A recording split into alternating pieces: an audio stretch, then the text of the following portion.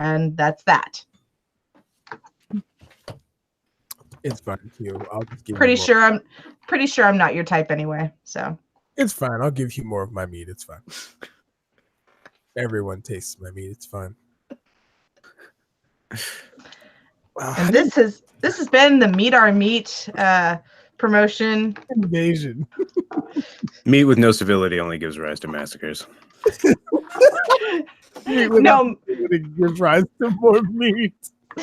no, it gives rise to world hunger. That's what it does. Wow. You have to experience the beauty of the meat before you can explain it. I wrote that one down too. Yes. Okay. I'm good to go whenever. Yeah. All right. You guys can't hear my air conditioner, can you? No. Awesome. Because it's hot and muggy and rainy. Welcome to Nostalgia Pilots, a Gundam Wing podcast that has given me hope and the strength to live. I'm Hugh. I'm Jared. And I'm Jason. And I'm Spence. Why do you always say it like you're the end all of the introductions? Do you forget that I'm here? No, I only said it this time because I've been gone for so long. It feels like forever. Yeah, Jason's been either like gone or arrived late for like the last 5 episodes. So True. Here's the really sad part. I worked until 10 o'clock last night, had to come back in at 6 o'clock this morning. And then like a few hours before I'm supposed to get off, one of my bosses is like, hey, how many hours you work this week? And I'm like, why? She goes, well, there's an 1,800 piece truck and only 2 people here to run it. I'm like, how long do you need me to work? And I'm like, I got things to do this evening. So I ended up pulling another 12-hour day. oh god. Ouch. Oh, well, it's fine. I'll just be like Lady on and show up late and save everything. It's fine. And we're looking at episode 46 of Gundam Wing, Miliardo's Decision. Dun dun dun. You know, I'm kind of sad he's forgone the mask. Like I miss the white mask. Maybe it's just my nostalgia for original Mobile Suit Gundam. You know, Char, love my Char.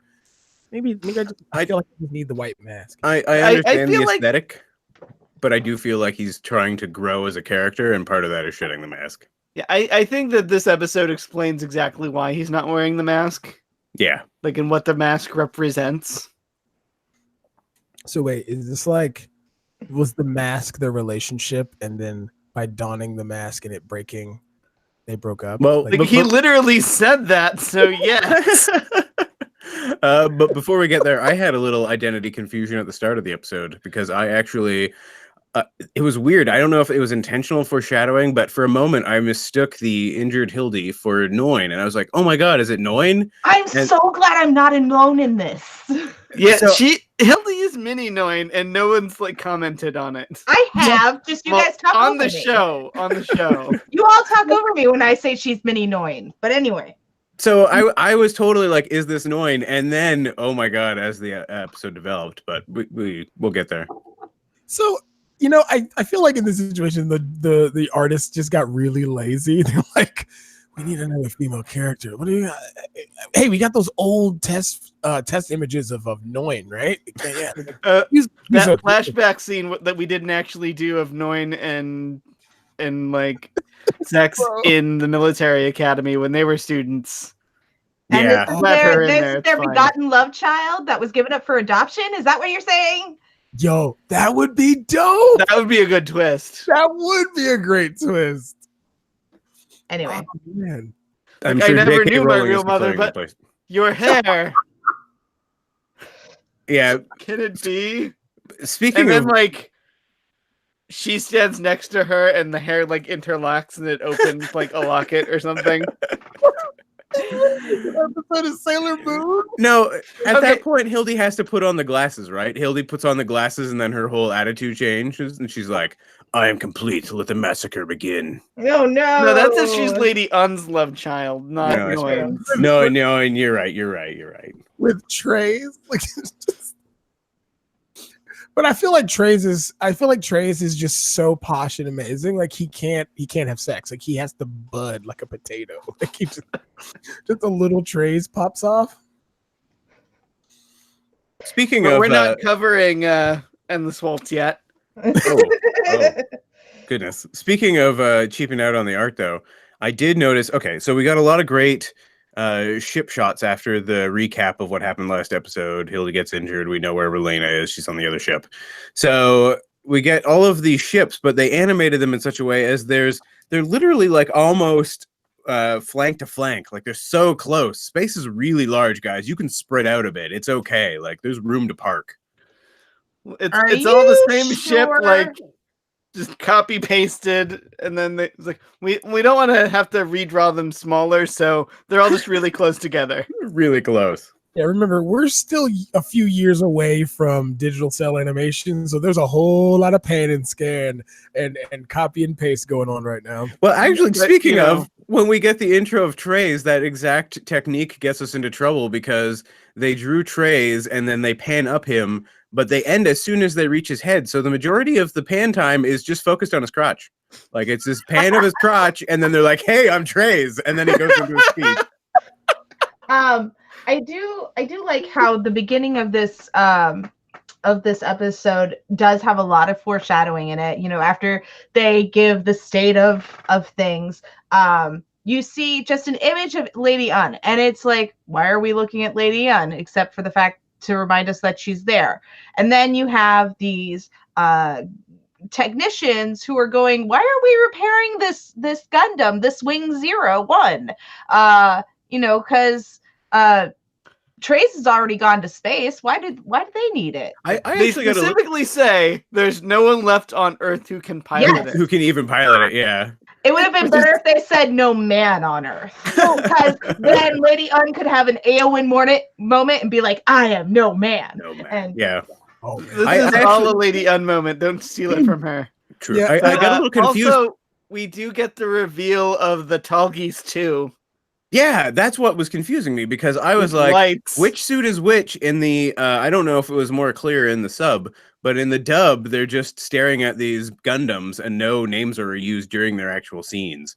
So back to back, I'm like, okay, which suit are they repairing? Which suit is going on? Well, anyway. First we have the reveal that like there is this newly designed suit that Trace is using that is Tallgeese basically. But it's got like blue armor. yeah, And a big gun. an even bigger gun. It already had like the equivalent of a tank rifle. It was Optimus Prime, basically. Yeah, he has a bigger gun now that Trace holds directly in front of his crotch. you know, And leans on. For dueling purposes. it's a swagger pose. Yes. Oh, he's How like is it? swagger portraiting it up this episode. Yeah. And by the way, and for the whole thing where they talked about the Wing 0 being rebuilt, the guy's reasoning is it's such a magnificent machine. Like he was just compulsed. I gotta fix it. I just can't leave it alone. The sub is like, we can't leave a job half done. Yeah, no, that's obviously your enemy ship. No. I just don't understand where they have all this extra Gundanium lying around to repair all of these things. Why don't they build more suits if they've got all of these extra spare parts to repair these things? Well, in the sub, it sounded like they weren't repairing it so much as they were putting boosters on it so it could go back into space. For a brief shining moment. Yeah.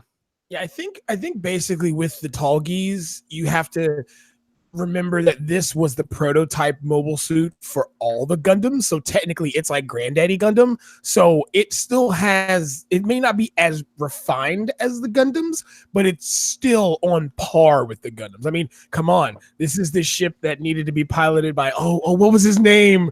Oh, the guy who died of machismo. He didn't have enough machismo to pilot Tallgeese. Oh my God. Oh gosh, yeah. But remember, this is the ship that needed machismo to be piloted. It was like Gona Guy wrote it or something. Well, even in the conversation between Trace and the tech, it's implied like, Trace, I don't want you in there. You're gonna get yourself killed for very much the same reasons. Oh yeah, there's like you can't lead from the front line. What if something happens to you? He's like, I can't lead from anywhere else. I'm fucking Trace. Also, you know, Miliardo or Zex, I don't know which he says, but he's he's leading from the front lines, so I need to lead from the front lines. You know.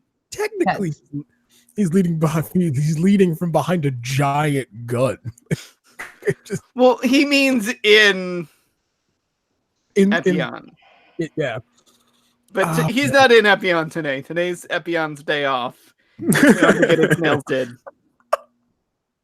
And you can see Epion like now, like he's in the he's in the holodeck, just like having a cool time, just like relaxing. Doing some Gilbert and Sullivan. Oh, speaking of downtime relaxing, who is surprised that Wu Fei is the annoying exercise equipment guy? Oh my god. Wu Fei is such a goddamn jerk. Okay. I have to at the end of the scene where all the guys are going where's Hero? Da, da, da, da, da, da. I'm just like, where are your space moms? So they can punch you in the face. They're doing actual strategy work. That's right.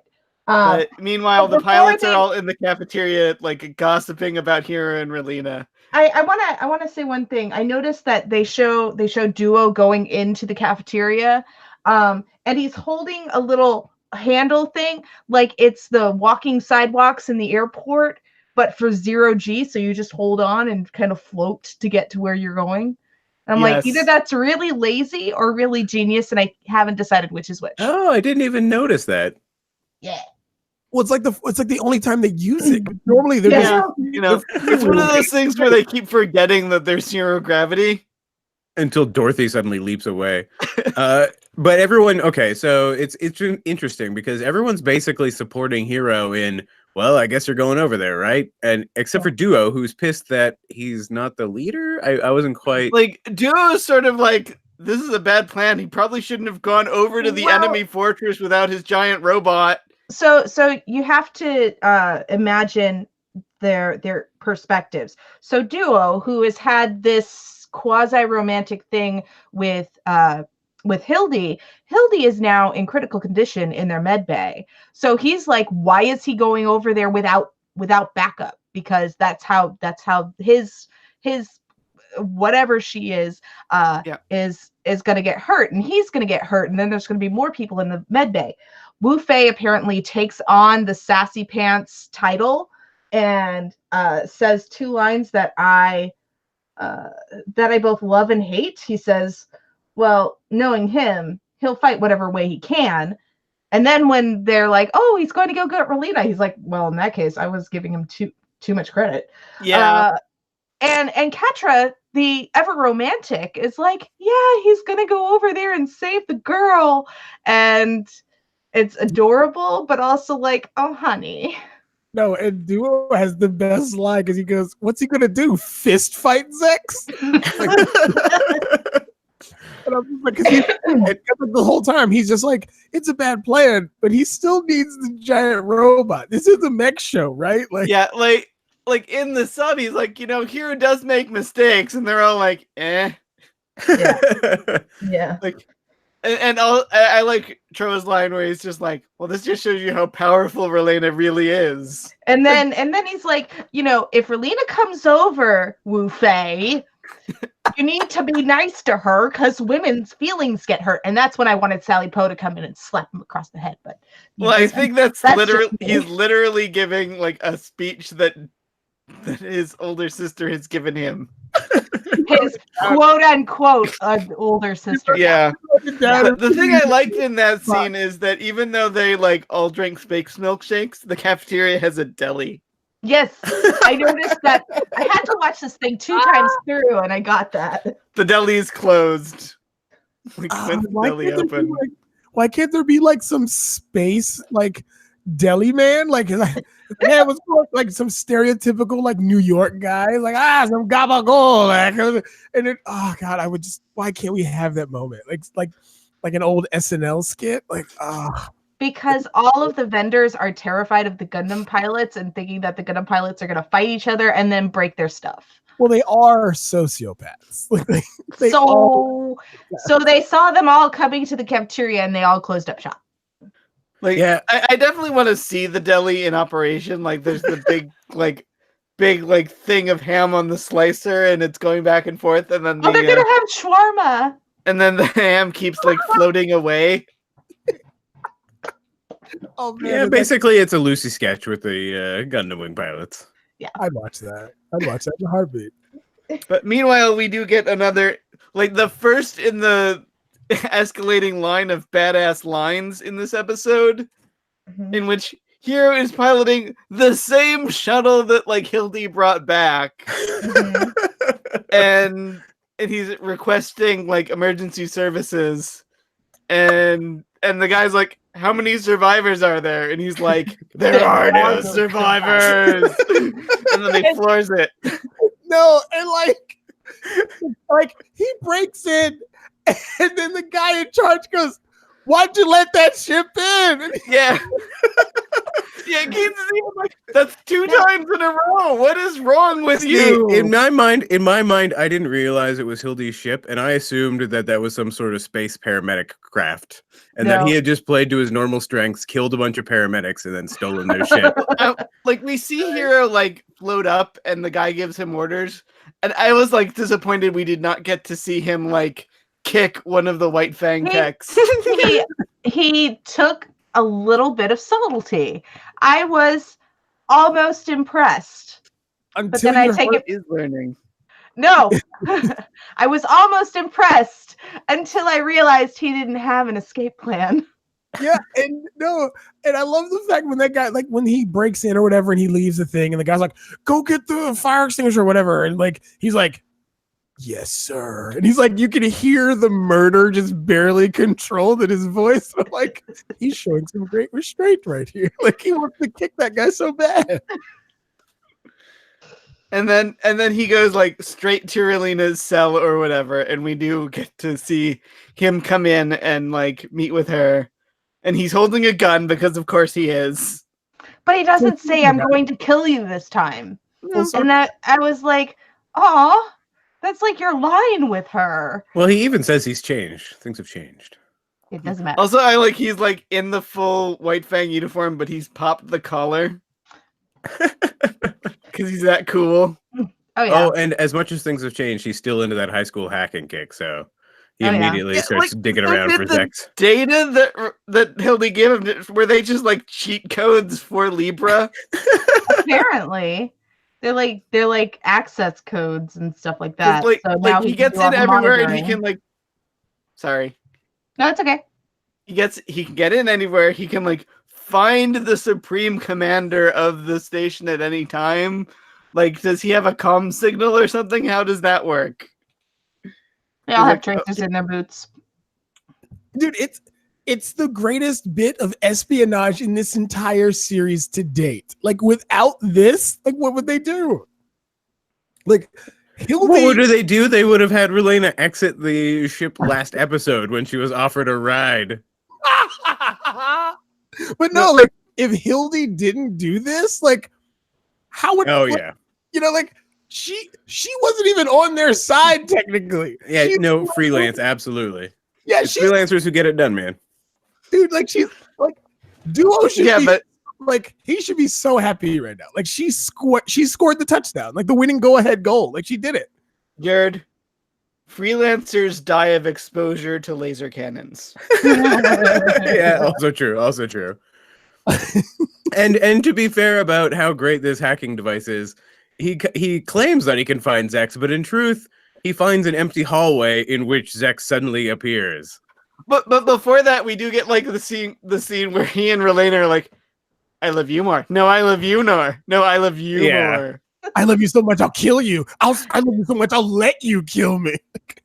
Also, how does Hiro know the punch code for that door? Because he has the Libra data. He has the ultimate. So he's memorized it. Okay.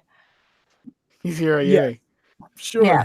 So then we get Miliardo's final boss room, which is him standing behind this like black wall with a giant freaking desk. Oh, do you guys watch with the subtitles on, even if you're watching the dub? I usually do, not this time. Okay, so the subtitle right going into that room is moody music.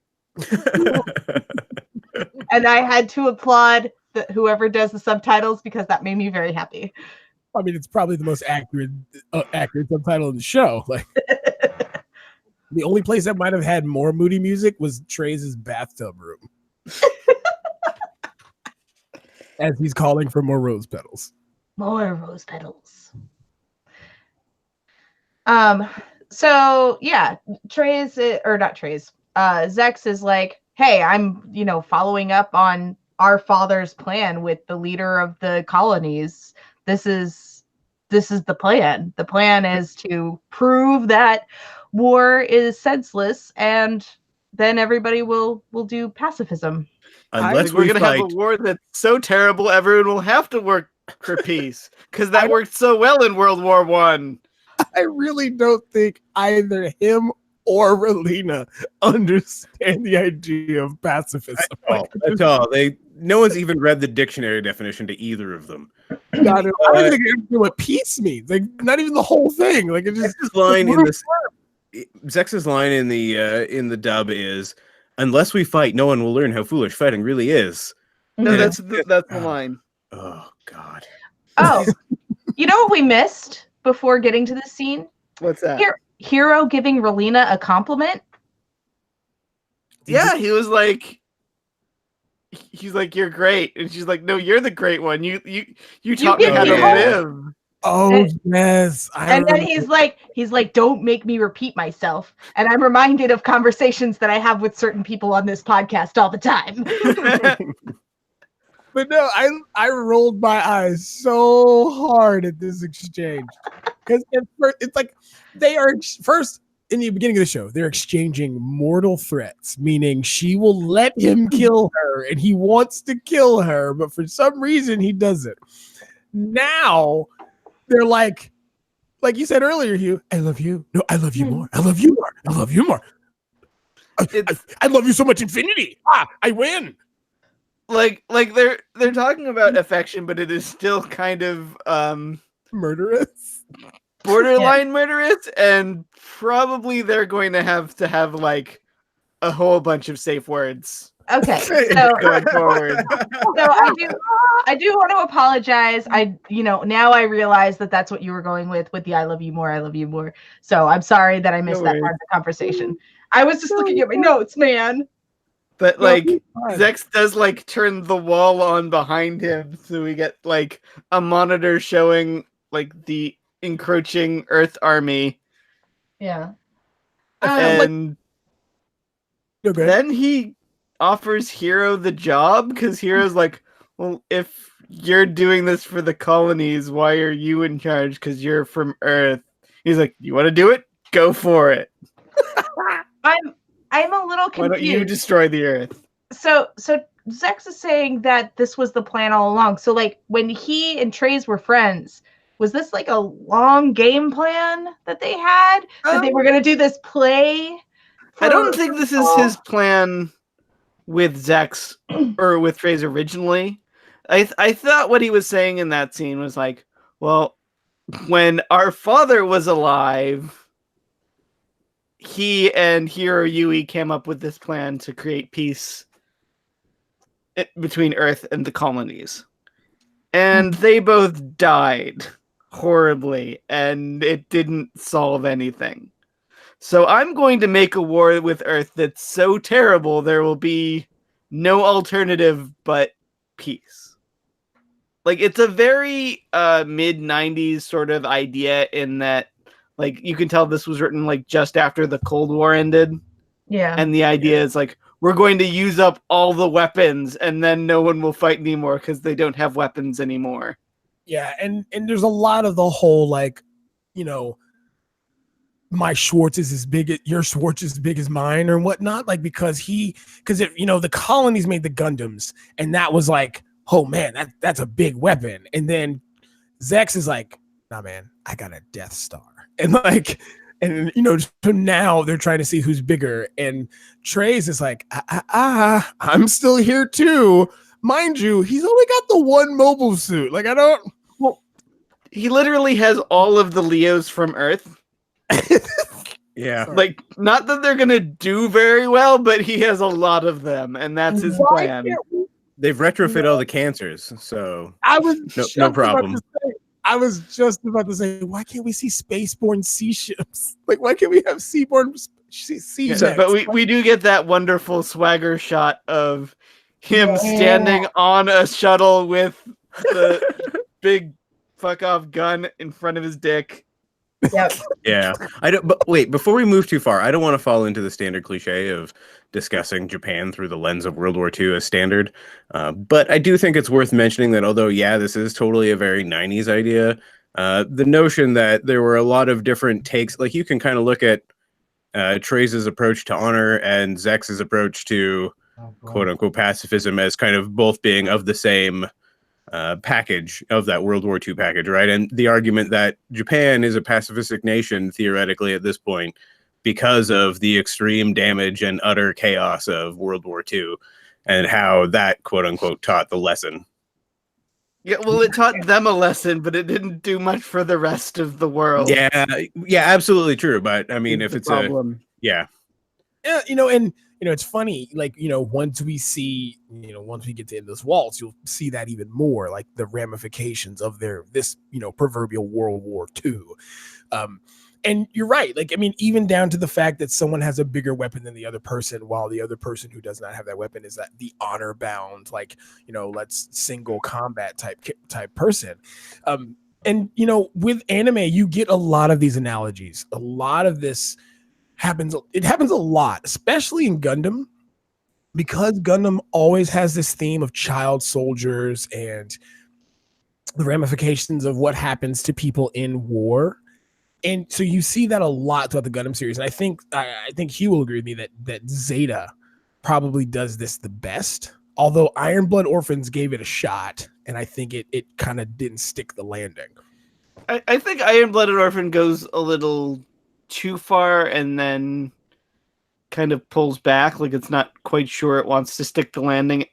That it like it sets it up really well and doesn't really commit to it. Like, wants to finish the trick. Like, we're going to execute all these adults who horribly abused us really horribly, and then we're going to join the Yakuza, and then peace happens because we finished our mission. Like, no, you gotta have those match. Yeah, I was about to make an argument that maybe we're getting to an age where we're finally moving past the idea of child soldiers in fiction, and the X-Men, people are starting to kind of consider that a little more through a more critical light. But then I remember how huge YA is, and yeah, never mind. Yeah, we're looking at you. We're looking at you, Allegiant and Hunger Games and all of them. Yeah, but it's all for naught because Miliardo was a hologram the whole time. Of course he was. Darn it! You stepped on my George Lucas made a pass on this one joke. Yeah. Because when I remember I was watching this earlier, and it goes, "You were a hologram the whole time," and I'm just like, "Wait a minute, what?" The best part of that, though, is he steps out of the holopod and is immediately like, "All right, took care of that phone call. Let's shoot me some trays." He is instantly set for murder. Like Miliardo goes from one dramatic confrontation to the other. Yep. Doesn't even stop for coffee. Now, why is Dorothy confused by Miliardo following through with what he said he was going to do? Because remember, to be fair, she should be with Trace. Like, she wants to be Lady Un. Like, she wants to see a glorious battle, and blowing Trace out of the sky with this giant death laser is not that battle. Right. Like, that is her main thing. Like, she wants to see, that's her thing. Like, spoiler alert, she gets her rocks off to the idea of great battle, right? Like, that's what she's looking for. And zipping to the climax with this giant space laser is not what she had in mind. Right. Well, she is definitely there for we're gonna see them fight, and she's pretty much there like Ken Watanabe in the Godzilla remake. She's let them fight. By the way, in the sequel, there's a reference to that meme, by the way. And this is where sort of Zex reveals what he's really about, because he's like not there for it. He's like, no, I'm the leader of a revolutionary army. Revolutionary armies don't win by acts of Honor. ego, Yeah. like fighting, like Like a dueling duel. your commander, like it's the freaking Three Kingdoms. Yeah. And then he's just like, Keynes, arrest Dorothy. She's a traitor. I'm gonna go shoot Trays now.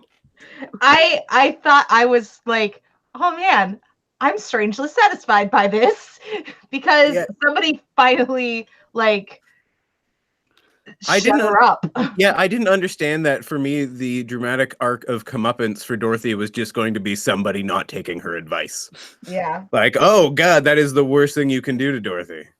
Yeah, and it's actually probably some of the better writing in this, because we've seen so far that people who either take her advice or partially listen to it or whatnot, she's had a positive effect on. Like she's got them more power. Like even Relina, like she's through her machinations and subversion, she got Relina very in great seats of power, and she did the same thing for Zex up until this point. Like, so for him to say, nah, I'm cool. Well, I think we're jumping ahead a little, because the first thing that Trays does is he gives a rousing speech, because Trays, when he gets the warning from Libra where they're like, please don't approach us with your giant army or we will shoot you. And he flies off on his own. And because Trays, and he has to duel. And challenges Zex to a duel while he's in Zex's suit. And he's just got like this giant shit-eating grin on his face. He's like, I got your toy. Come fight me, bro. Dude, it's a definite come at me, bro moment. Like it's like if there was, it could only be more if he had like Relina in it with him. Like, well, no, because this is like ultimately this is the thing that Trays wants. Is he wants to die like for his beliefs. Like he wants to die for the idea of honor. So even better than him like losing a duel, like the idea of him like offering a duel and then being shot with a giant laser cannon is like the ideal thing for him. An honorable death, yeah. So he's gonna stand there and be like, I need to fight you because I love the earth. The earth is behind us. The only power of love more stronger than Trace's, though, however, of honor, is back on Earth. Lady Unn smelling in the distance, Trace in some sort of danger. Like that whole sequence, I literally have like, wait, was that Hildy waking up? Like, what is this? And then they cut back and forth, and I'm like, was that Lady Unn? Oh, I love these cuts so much. So my question was, because they showed the Wing 01, and so I have this like chicken and the egg kind of question of, was it Wing 01 waking up Lady Unn, or was it Lady Unn who went and initiated everything with 01? Well, she was in a coma, so she of course, like we've seen Lady Unn have weird, questionable psychic powers before, and this is where they just sort of like lean into it. Because, like, we get, like, that bell sting. And this is, like, the third psychic bell sting we've had this episode, I want to point out. If they were just... By the way, if those doctors were standing next to her when she woke up and go, oh my God, look at her brainwaves. She's a new type. And then we get the bell type, I would have stood up and applauded. I would have been so happy. Well, like, my notes just say psychic coma wake up. When we do see her, though, she seems to be a combination of both zesty and Cool Ranch Lady Unn, and I think that may be the source of her power. Also, here's a question: maybe this is because the show doesn't realize that space is big. But how did Hero get to Earth and back? Or did she, or is the ship, or is the Wing Zero just doing it on its own? Yep. So is No, that what she's in wing. Oh, So it's not 0, it's 01. Yeah. That was left on Earth.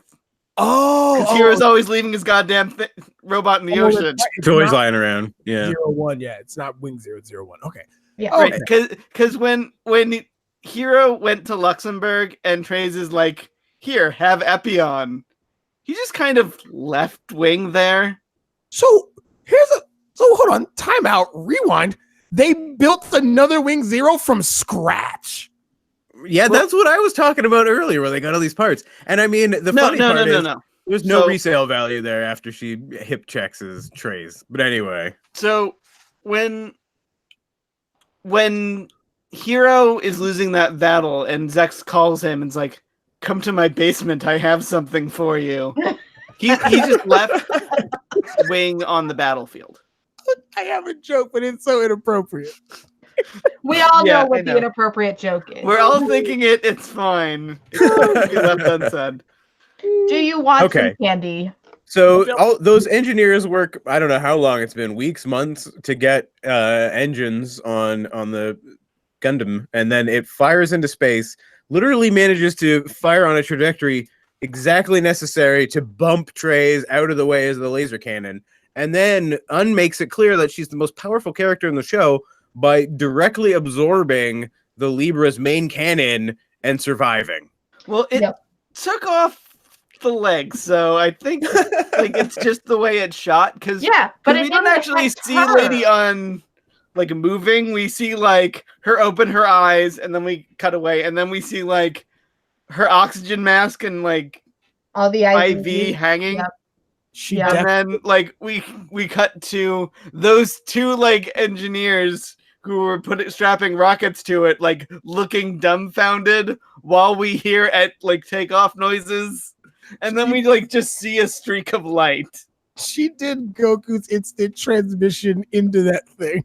She basically did a Lionel Hutz Simpsons gag where she decided to go to I'll be right back. I just need to go to the bathroom. But in the meantime, the challenge between Miliardo and Treize is getting more heated, and Treize is just like still going, and he's like, "What you gonna do? Shoot me with your main cannon? Why don't you shoot me with your main cannon if you're so proud of your main cannon that you're so proud of to shoot me with?" And Treize and Zex actually is like, "You Gunner, get up! I'm doing this myself." You know what? Kudos to Zex. Yeah, even Vader doesn't get down there going, you know what, guys? No, move over. I'm shooting the lit. I'm shooting. Oh, of course, Vader doesn't go down there. There's no safety rail. Thank you. It's an OSHA violation. But even though she is like Keynes has the gun pointed on her, Dorothy is like, no, you mustn't kill Treize. Don't kill him. And she kind of flails at him for a little bit, like, and then he's just like, boink. And then we get dramatic lighting on his finger having pushed the button. And I do like the look of shock on Treize's face. He's like, I'm supposed to be dead. What just happened? And then Lady Un comes out, and he's shocked. He's genuinely shocked. Not only shocked, she manages to give him some Treize wisdom in the moment. She's like, one must fight the battle to know its beauty. He's like, man, yeah, you know what? You're right. I'm going to write that one down on my calendar. No, you're right. Okay, let's do this. He's like, hold on. Say that again. I'm going to tweet that. I'm going to quote you on this. Also, Lady Un is back in her spacesuit with nozzles. Yeah. Yeah. Is she the only one that has nozzles? I think she's been no, Hildy's spacesuit had the nozzles too. It's on the girls' spacesuits. So they're the only one that need to breathe? This is what happens when you're 90s anime design. I don't know what to tell you. It's like, we couldn't put titties on this, but here's where the titties would be. Yeah, you're lucky it's not space lingerie or something. Yeah. So bear boots in space. So then, they've used up the cannon, and Treize is like, Lady Un is here? Hey guys, fire on Libra. And Mhm. everybody's firing on Libra. And again, in the back of my mind, what exactly was Hero's exit strategy? Does he Look, have Yeah. Has Hero Yeah. ever had an exit strategy though? other than his own and- death. Like Hero's exit strategy is continually, I'm gonna blow something up and then wing it. Call a space ambulance and the rest writes itself. But like this is why I was almost impressed with him going to rescue Relina. You know what? You know why he doesn't have a plan? Because Sally Poe isn't there. That's why. Ugh. If Sally Poe was there, she would have had a plan. Distracted You know, space moms doing real strategy. We do see them in the hallway in like one shot after Zex fires the cannon though, and they're like, oh, the hallway is shaking. You It's know, like then, a like- classic Star Trek moment when it's Yeah. like red alert and they're all getting attacked. Yeah. and I'm also impressed that they fixed the overheating problem on this thing. Well, I mean that's when it was Yeah, they've in motion, I guess. I don't know.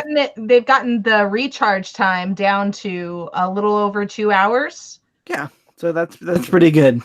They put one of those new like ion lithium batteries in it. It's great. Like, But you can't take it on aircrafts, so that's why they're still having a problem. cannot. It'll explode in your pocket. Yeah. Do that. But then they did close on the one line that like made me angry this episode because Keen's like, there's another fleet behind us, and I think as the other bridge guy was like, we're surrounded but we could be attacked by both sides. I'm like, you're in space. There are all sides. 360 divided. Like there is a sphere of sides you could be attacked on. Look, they don't know they're in space. We have seen countless times where people have defied the laws of zero G. Troa specifically. No, I was going to say Okay, Noin's Troa also regularly defies the laws of regular gravity, so that's fine. Like jumping 30 feet in the air and spinning for no reason. And walking on tight ropes that he jumped 30 feet to get to. And he defies the laws of nature, like when he bonds through the eyes of a lion. Well, again, that's just machismo. Yeah. Oh, Gona guy. So that brings us to the end of episode 46, Miliardo's decision. His decision is he's not going to duel. And he wants to murder you with his really The big gun. decision is the same decision he made 5 episodes where he's going to blow up the Earth for peace reasons. These reasons. Because I support peace, let me destroy you. Sir, I don't think that's what pacifism means. Shut up, you! Airlock that guy. So, Spence, what was your favorite part of the episode? Oh, it's got to be Lady Yun coming back from comatose heaven and being badass, and one must fight the battle to understand its beauty, is probably the most epic thing she's ever said. Nice. That line is under a Creative Commons non-derivative. Attribution, non-derivative 3.0, international license.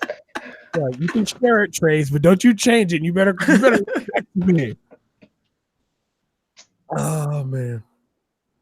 But yeah.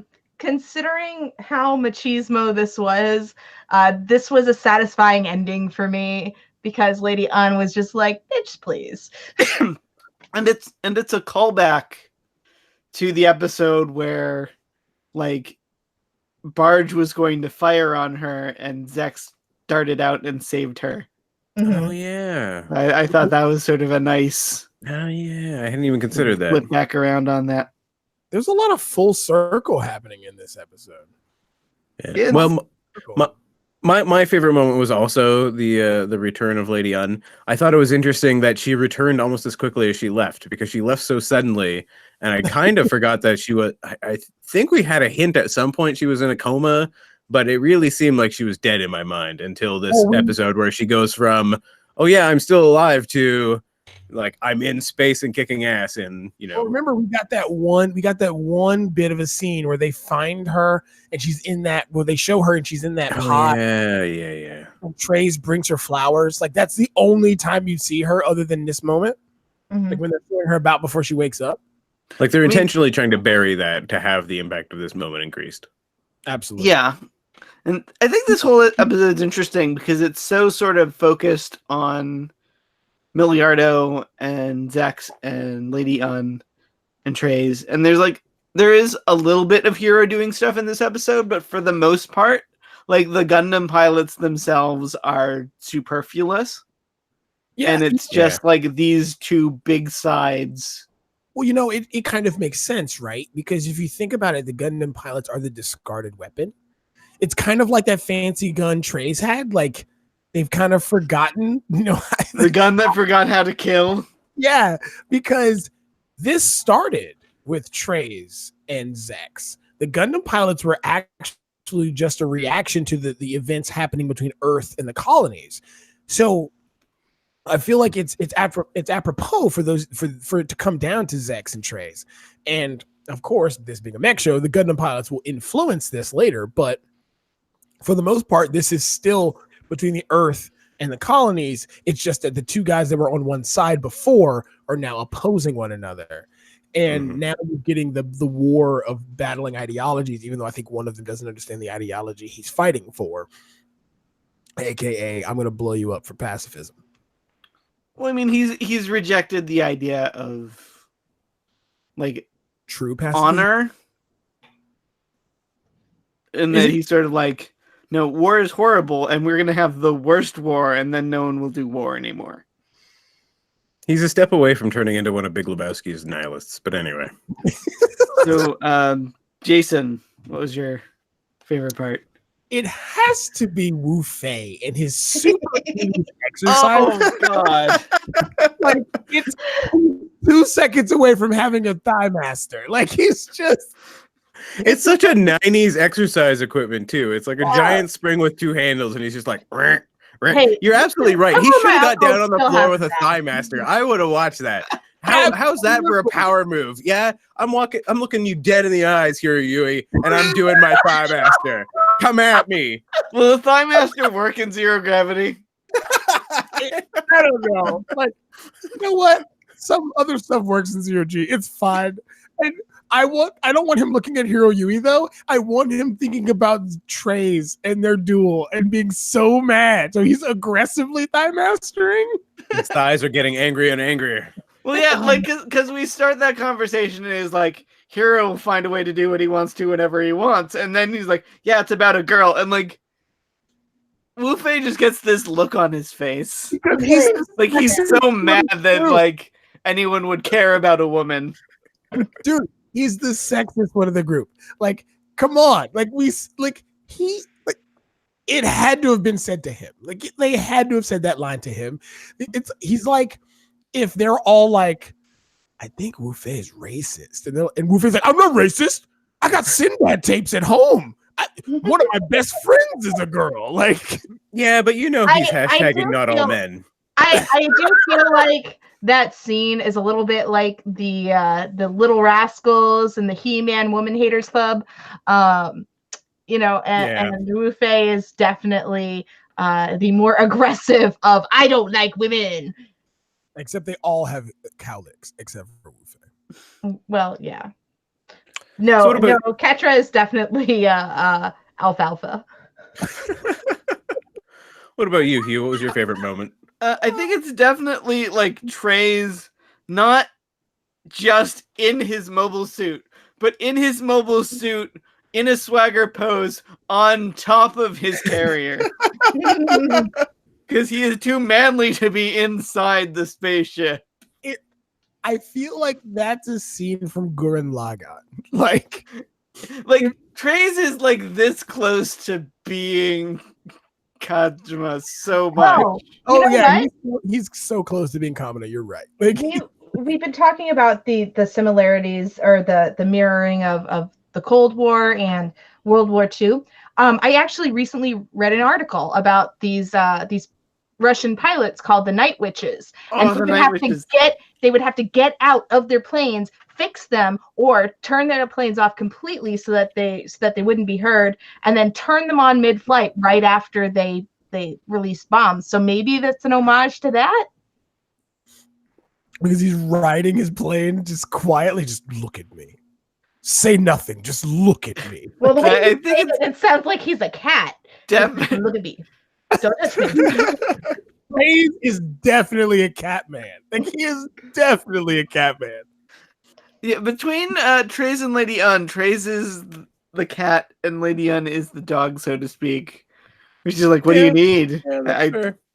We're on this together. I value your wisdom. And More rose Trey's petals, is like, more rose petals. just offhandedly. Just, oh man. You know, guys, this show has it. You know, going back and watching this, I was like, man, why did I like this show? I've been asking myself this for a while, and then I realized it's so ridiculous. I couldn't help but like it. Like, it's outlandish. Like This episode is why I like this show. Like, absolutely. I came away from this episode thinking this may be my favorite episode so far. And a lot of it had to do with the tension building between Dorothy sort of getting her like comeuppance and not understanding that Zex is just going to fire the friggin' laser. That is seriously what is going to happen here. Mm-hmm. And Lady Un waking up in that whole sequence and the payoff of having waited like, I don't know how long it's been since she was originally shot, but it's been like quite a 20 number. episodes. But yeah. I'm right there with you, Jared. It's this is probably my favorite episode to date. It's definitely the most memorable. Yeah, and you know, and it's so funny because you got to think this show is actually, it's funny, right? The culmination of this show, the reason why they made it wasn't for guys. It was actually to see if they could increase the market of mechs and Gundam to females, which is why the cast is full of nothing but Bishonen. Like they're everywhere. But yet but they still couldn't manage not to put weird vents on all the ladies' boobs. Like, you know what? they were trying, I definitely think that like their goal was we're gonna get more women to watch our show, but they didn't hire a woman. Yeah, what they should have done, because we don't get a girl pilot or anything like that. What are ladies like? Pretty boys, awesome. How do we design their spacesuits to be more lady friendly? Put tubes on the nipples. I mean, the only lady in this show that I can really identify with is Sally Poe, and she doesn't have that much screen time. If they had better costume choices for Noin, I would probably like her better. She did have her Batman moment like 20 episodes ago, and that was freaking awesome. But so she's a great character. I hate her costume. Yeah, I was so happy to see Lady Un not only alive but also actually piloting a suit. Yeah. And then it gets destroyed almost instantly, which I was quite bummed about because I was like, man, what if we just got 2 or 3 episodes where she was like also an equal pilot?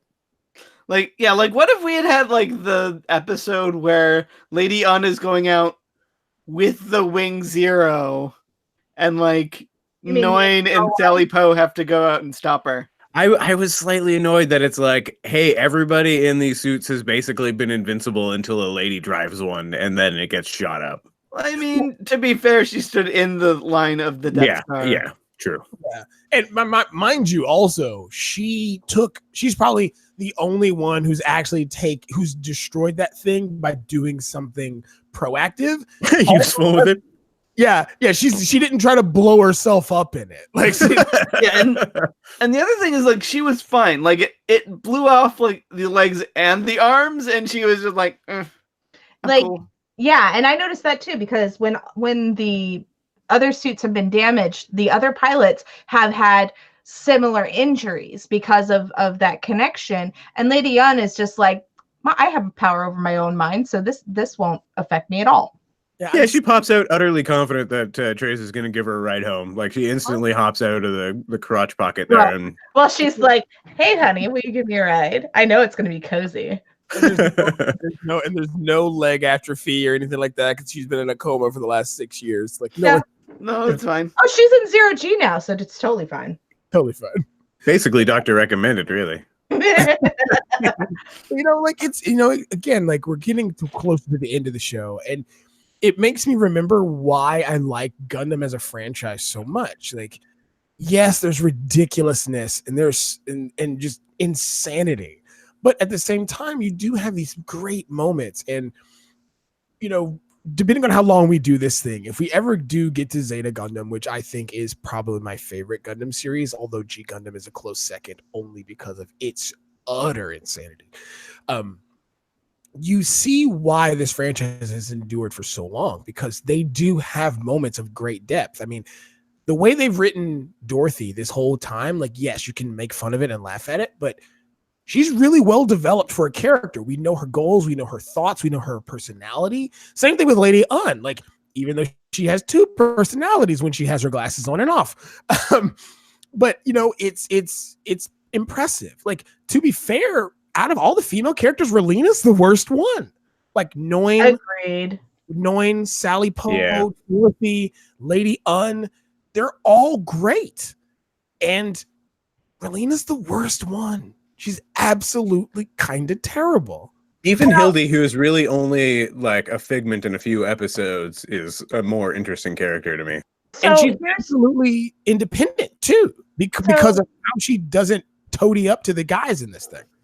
I think part of Relina's two-dimensionalness is that that's how she was brought up. She doesn't. She's got this switch where anytime she's faced with violence, she has to switch and be like, no, pacifism is the answer. So yeah, she's a little cardboard boxy, but I think that might be because of how she was brought up and these ideals that everybody around her has been consistently protecting, between Noin and Hero and Katra and Zex. They've all been surrounding her with, you need to stay pure.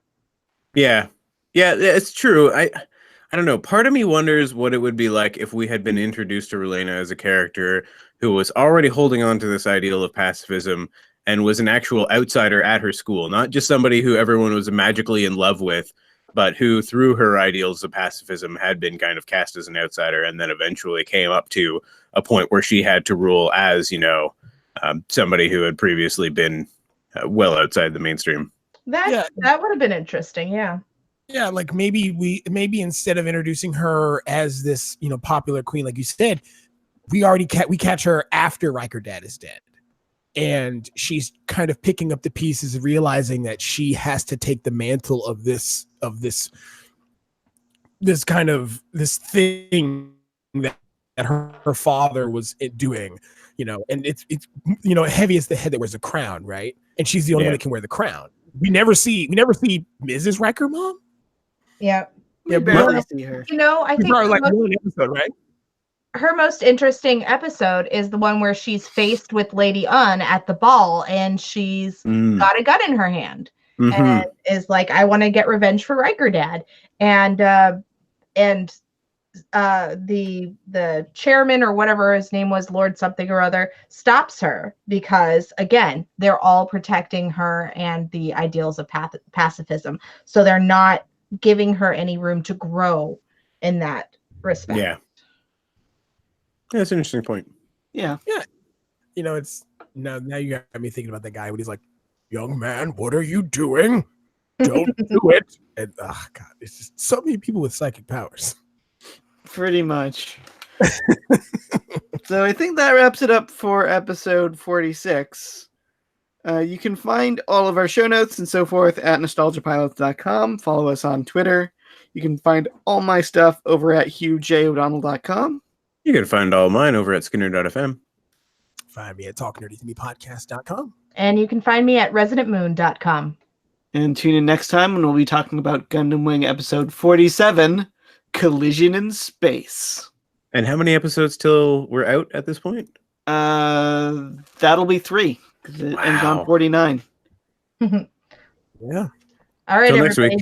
There are no survivors. Oh, that was the one I was going to do. I love the Earth. Yes, I stole it. Until next time, I love the Earth. Oh man, so good. Man.